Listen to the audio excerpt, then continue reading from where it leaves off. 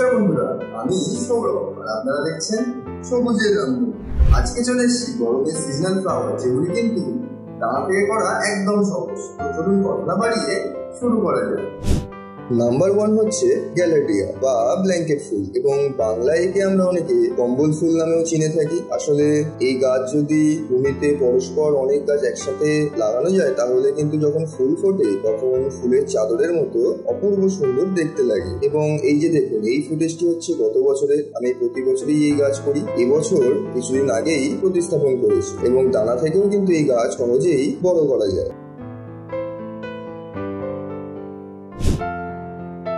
2 নম্বর হলো কোরিওপসিস, অনেকে একে টিকসেড নামেও চিনে থাকে। এই গাছ সূর্যমুখী পরিবারের অন্তর্গত হলেও এই গাছে ছোট ছোট ফুল হয়, কিন্তু অসংখ্য ফুল হয় এবং পরিচর্যাও কিন্তু একদমই সাধারণ। আর দানা থেকে করা কিন্তু একদমই সোজা। আর এই দেখুন, আমার এখন এই গাছটিতে খুব ভালো পরিমাণে ব্লুমিং হচ্ছে, এবং এটি কিন্তু সেই বর্ষাকাল পর্যন্ত চলবে।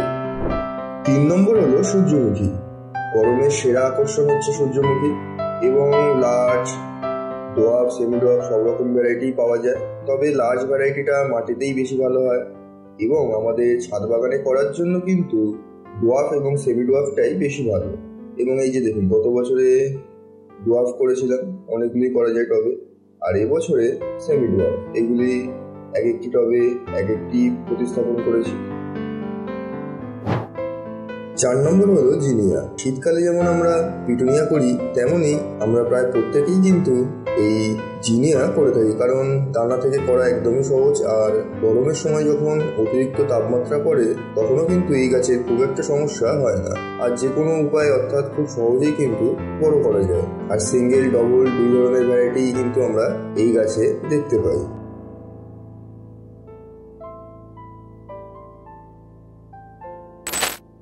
5 নম্বর হলো কসমস। গরমের আরেকটি দানা থেকে হওয়া সহজ ফুলের মধ্যে অন্যতম হলো এই কসমস, এবং প্রচুর ধরনের কালার, অর্থাৎ লাল, নীল, হলুদ, বেগুনি, এইরকম নানা রকম শেডের কালারের পাওয়া যায়, এবং দেখতেও কিন্তু অপূর্ব লাগে। আর গ্রীষ্মের প্রখর রোদও কিন্তু এই গাছ খুব সহজেই সহ্য করতে পারে, আর পরিচর্যাও কিন্তু একদমই সহজ।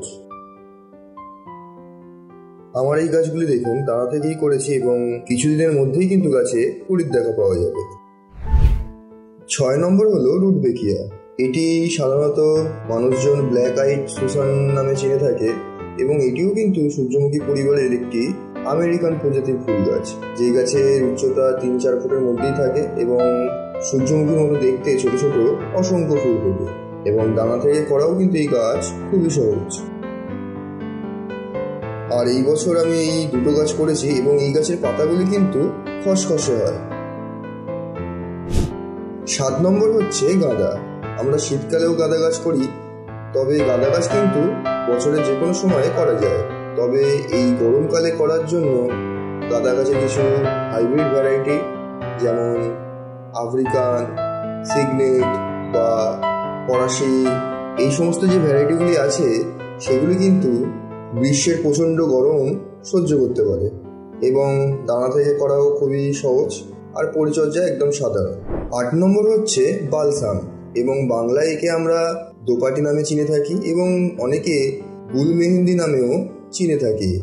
বছরের যে কোনো সময় এই গাছ করা গেলেও এই গাছের মেন ব্লুমিং পিরিয়ড হচ্ছে আর্লি টু মিড সামার, এবং বর্ষাকালেও খুব সহজে হয়। আর দানা থেকে করা কিন্তু এই গাছ খুবই সহজ। আর এই গাছের বিভিন্ন অংশ কিন্তু বিভিন্ন রকমের চর্মরোগ, আবার প্রাচীনকালে তো সাপে কামড়ানোর চিকিৎসার জন্য এই গাছের অংশ ব্যবহার করা হতো। 9 নম্বর হচ্ছে গোমফ্রেনা, যা গ্লোব অ্যামারান্থ নামেও পরিচিত, এবং বাংলায় অনেকে আমরা একে বোতাম ফুল নামেও চিনে থাকি। গোলাপি, লাল, কমলা, বেগুনি এবং সাদা রঙের এই গাছে জাত দেখতে পাওয়া যায়, এবং দানা থেকে করা এই গাছ কিন্তু খুবই সহজ। আর এই গাছ কিন্তু এই গরমকালে করলে বর্ষাকালের শেষ পর্যন্ত কিন্তু আমরা এই গাছ থেকে কন্টিনিউ ফুল পেতে পারি। আর 10 নম্বর হচ্ছে পর্তুলিকা। অনেকে আমরা একে ঘাস ফুল নামেও চিনে থাকি, এবং সিঙ্গেল, ডবল 2 ধরনের ভ্যারাইটি পাওয়া যায়, এবং দানা থেকে খুব সহজে করা গেলেও সব থেকে ভালো হয় 5-10 টাকার যে বান্ডিল পাওয়া যায় সেইগুলো থেকে করা, কারণ একবার আমাদের বাড়িতে নিয়ে আসলে খুব সহজেই কিন্তু আমরা কাটিংয়ের সাহায্যে প্রচুর গাছ করে নিতে পারি। আর থোকা ভ্যারাইটিটা কিন্তু অনেকটা গোলাপের মতো দেখতে লাগে, লাল, কমলা, পিঙ্ক, সাদা এইরকম নানা রকম কালারেরও হয়ে থাকে। ভিডিওটি ভালো লাগলে অবশ্যই লাইক এবং শেয়ার করবেন, আর চ্যানেলে নতুন হলে অবশ্যই চ্যানেলটিকে সাবস্ক্রাইব করে দেবেন নতুন নতুন ভিডিওর আপডেট পাওয়ার জন্য। আর আমি যেটা বলি সেটা হচ্ছে গাছ করতে হবে, কারণ গাছ করলে দুটো জিনিসের ভারসাম্য বজায় থাকে, এক পরিবেশে আর এক হচ্ছে আপনার মধ্যে। তাই সুস্থ থাকুন, ভালো থাকুন এবং সবুজকে সবার মাঝে ছড়িয়ে দিন।